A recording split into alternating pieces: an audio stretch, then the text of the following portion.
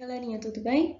Vamos continuar o nosso capítulo 3. Estamos terminando esse capítulo, vamos falar de ondas eletromagnéticas hoje, um pouco mais aprofundados aí.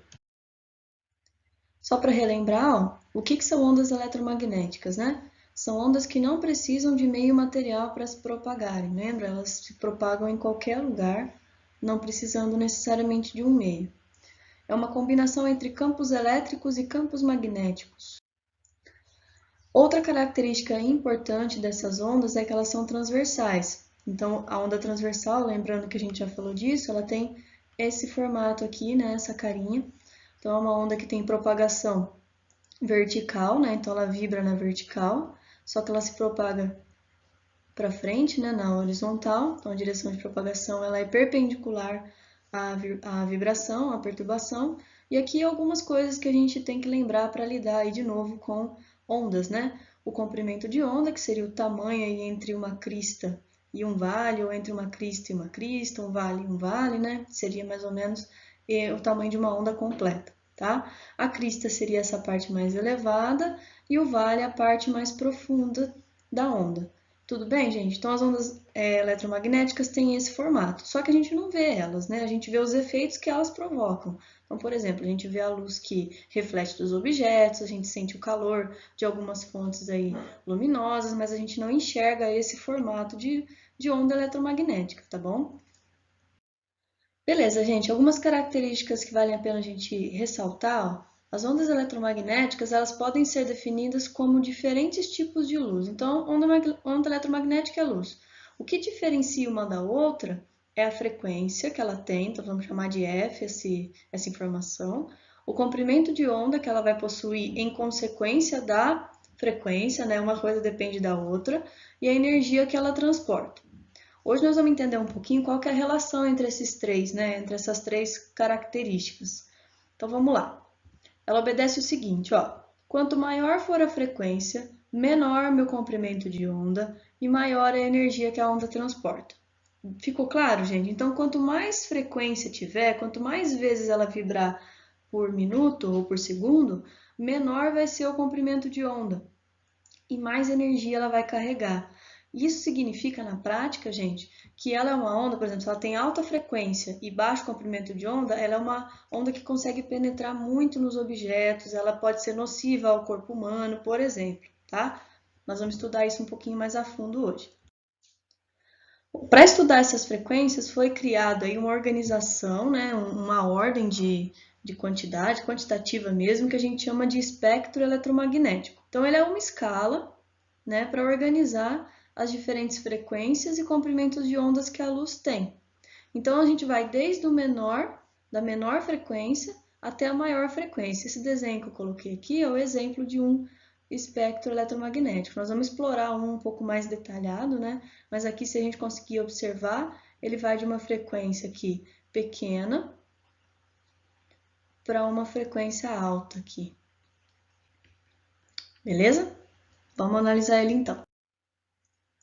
Bom, o espectro eletromagnético são todas as frequências conhecidas aí das ondas eletromagnéticas. Quanto maior a frequência, menor é o comprimento de onda e maior a energia que ela transporta. Então, por exemplo, ó, aqui a gente tem um espectro eletromagnético um pouco mais nítido, mais simples. Aqui em cima, ó, nessa primeira parte, a gente tem ondas de frequência baixa. O que seriam ondas de frequência baixa? Elas estão em torno aí de 10 elevado a 2 Hz, 10, 100 Hz. Não é muito alta a frequência. Isso faz com que, olha o tamanho da onda, a onda fique grandona. Então, o comprimento de onda é grande quando a frequência é pequena, tá? Que tipo de onda é essa? Por exemplo, onda de rádio, onda de TV. Elas são desse tipo, de ondas pequenas de baixa frequência. A gente chama essas ondas de radiação não ionizante. O que seria isso? É uma radiação que não é nociva aos seres vivos, né? Ela não é nociva aos organismos, tá? Então, dentro dessas frequências mais baixas, eu tenho ondas de telecomunicações, né, TV, rádio, Wi-Fi que a gente usa tanto aí, né, todos os dias, agora mais ainda com essas aulas virtuais, né, estamos usando com muita frequência. Micro-ondas, aqui aparentemente você conhece esse nome, mas não é o aparelho de micro-ondas, é uma onda que tem frequência de micro-onda, em torno aí de 10 elevado a 10 Hz, né, gigahertz. A gente tem o infravermelho, que é uma frequência também não muito alta, mas já é algo que nós conseguimos sentir com a nossa percepção.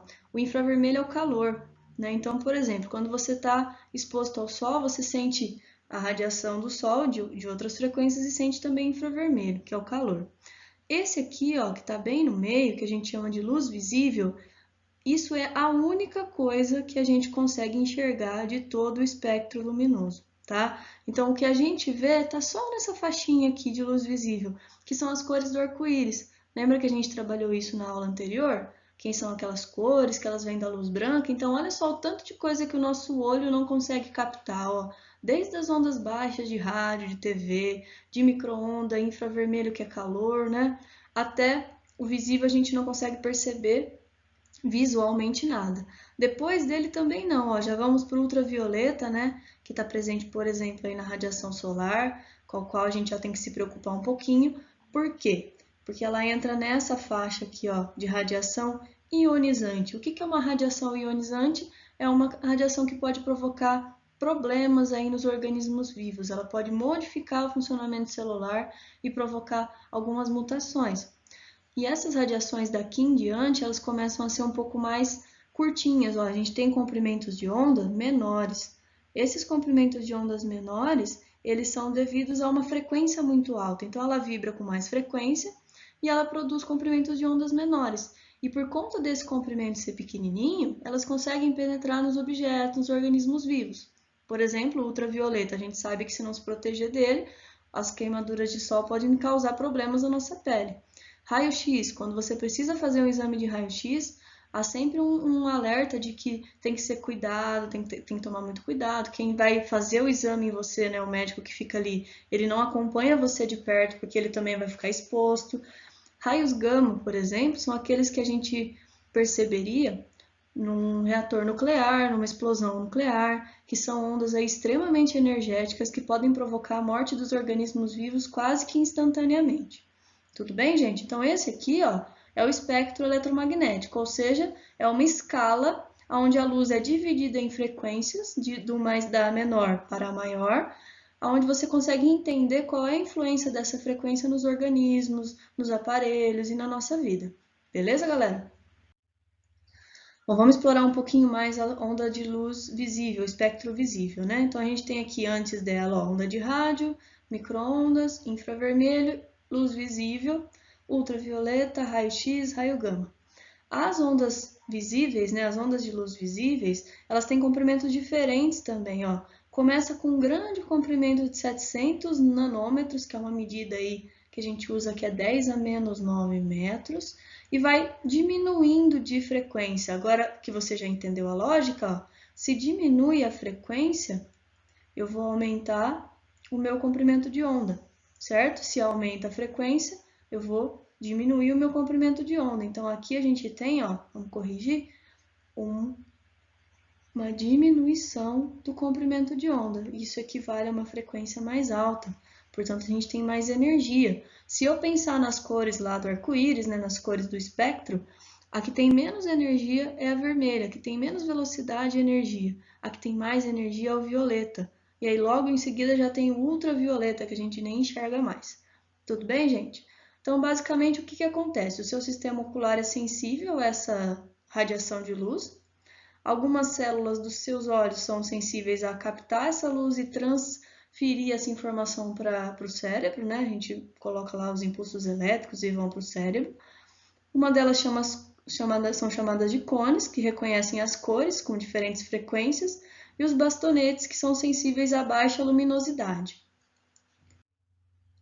Bom, algumas aplicações aí das ondas eletromagnéticas, só para a gente contextualizar, o rádio e a televisão. O rádio e a TV, eles são instrumentos aí, né? São aparelhos que captam ondas e convertem essas ondas em som, em luz, e a gente consegue aplicar as ondas eletromagnéticas aí no nosso cotidiano, com muita frequência, né? Outra aplicação importante, por exemplo, é no próprio aparelho aí, o forno de micro-ondas, né? O forno de micro-ondas, ele tem um componente lá dentro que chama magnetron. O magnetron ele é capaz de gerar essa onda na frequência de micro-onda. Então, o aparelho de micro-ondas chama assim por causa da onda que ele produz. E o que ela é capaz de fazer? Ela aquece, ela tem energia suficiente para aquecer moléculas de água dos alimentos. E aí provocar o aquecimento que a gente pretende aí no alimento.